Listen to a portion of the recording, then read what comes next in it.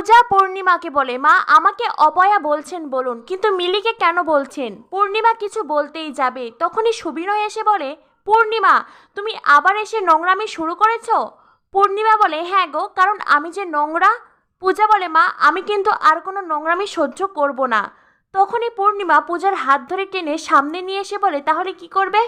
নোংরামি যে সহ্য করবে না, কি করবে তবে? আমাকে মারবে?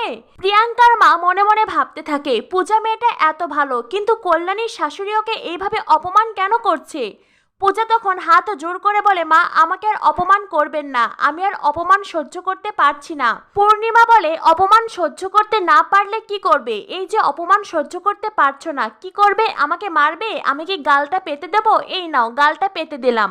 এই বলে পূজার হাত ধরে হাত গালের কাছে নিয়ে যায় পূর্ণিমা। পূর্ণিমার এমন অসভ্য আচরণে সকলে আঁতকে ওঠে। পূজার দু চোখ দিয়ে জল ঝরছে। পূর্ণিমা পূজার হাত ঝাড়ি মেরে বলে, কি হলো? মারো, মারছো না কেন? মারো। একটা কথা কান খুলে শুনে রাখো, একটু পরে আমার সোনা ছেলে আর সোনা বৌমা আসবে।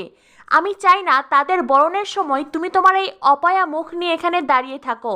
বরণ হয়ে যাওয়ার পরে তুমি তোমার এই অপয়া মুখ দেখাতেই পারো, কিন্তু বরণের সময় আমি তোমার এই অপয়া মুখ দেখতে চাই না। তাহলে এখন তোমাকে কি করতে হবে বলো? হ্যাঁ, তোমাকে এখন এই বাড়ি থেকে বের হয়ে যেতে হবে।